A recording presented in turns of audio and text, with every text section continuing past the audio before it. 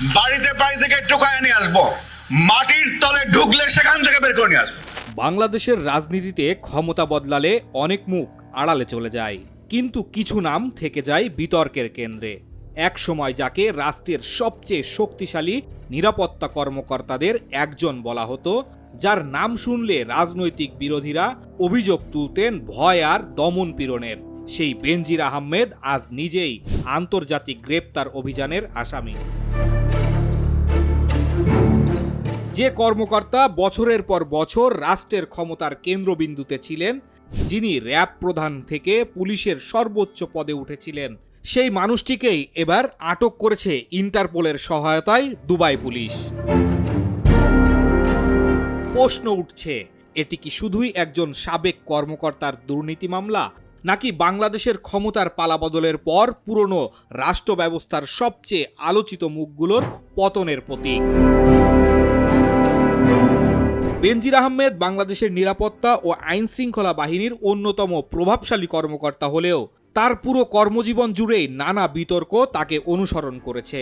বিশেষ করে র্যাবের মহাপরিচালক থাকাকালে র্যাবের বিরুদ্ধে গুম, বিচার বহির্ভূত হত্যা এবং মানবাধিকার লঙ্ঘনের অভিযোগ দেশ বিদেশে ব্যাপক সমালোচনার জন্ম দেয়। এসব অভিযোগের প্রেক্ষিতে 2021 সালে যুক্তরাষ্ট্র তার বিরুদ্ধে নিষেধাজ্ঞা আরোপ করে। পরবর্তীতে তার ও পরিবারের নামে বিপুল পরিমাণ জমি, ব্যবসা প্রতিষ্ঠান, রিসোর্ট, ব্যাংক হিসাব এবং বিদেশি সম্পদের তথ্য সামনে এলে দুর্নীতি ও অর্থ পাচারের অভিযোগ নতুন করে আলোচনায় আসে। দুদকের তদন্তে তার বিরুদ্ধে অবৈধ সম্পদ অর্জনের একাধিক মামলা হয় এবং আদালতের নির্দেশে তার বিরুদ্ধে সম্পদ জব্দ ও ব্যাংক হিসাব ফ্রিজ করা হয়। ফলে মানবাধিকার লঙ্ঘনের অভিযোগ থেকে শুরু করে দুর্নীতি ও অর্থ পাচারের অভিযোগ সব মিলিয়ে বেনজির আহমেদ বাংলাদেশের সাম্প্রতিক ইতিহাসের সবচেয়ে বিতর্কিত সাবেক পুলিশ কর্মকর্তাদের একজন হিসেবে পরিচিতি পান। 2024 সালে দুর্নীতি দমন কমিশন বেনজির আহমেদ ও তার পরিবারের বিরুদ্ধে অবৈধ সম্পদ অর্জন, সম্পদের তথ্য গোপন এবং অর্থ পাচারের অভিযোগে তদন্ত শুরু করে। তদন্তে শত শত বিঘা জমি, রিসোর্ট, ব্যাংক হিসাব এবং বিপুল সম্পদের তথ্য সামনে আসে। দুদকের তথ্য মতে তার পরিবারের বিরুদ্ধে কোটি কোটি টাকা অবৈধ সম্পদের অভিযোগ রয়েছে এবং একাধিক মামলা এখনও তদন্তাধীন। আওয়ামী লীগ সরকারের পতনের পর মামলার অগ্রগতির মধ্যেই বেনজির আহমেদ দেশ ছেড়ে চলে যান।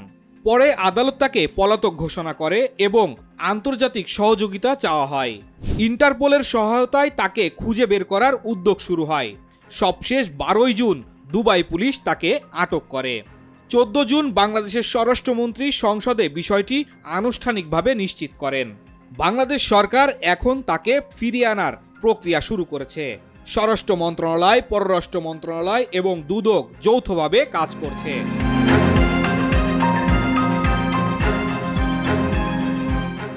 একসময় দেশের সবচেয়ে ক্ষমতাধর নিরাপত্তা কর্মকর্তাদের একজন ছিলেন বেনজির আহমেদ। আজ তিনি আন্তর্জাতিক গ্রেপ্তার অভিযানের আসামি। তার প্রত্যার্পণ ও বিচার প্রক্রিয়া এখন বাংলাদেশের জন্য একটি গুরুত্বপূর্ণ পরীক্ষা। আইনের শাসন কি সত্যি সবার জন্য সমান, নাকি এটি কেবল আরেকটি আলোচিত রাজনৈতিক অধ্যায় হয়ে থাকবে? আজহারুল ইসলাম সুজন, দৈনিক জনবাণী।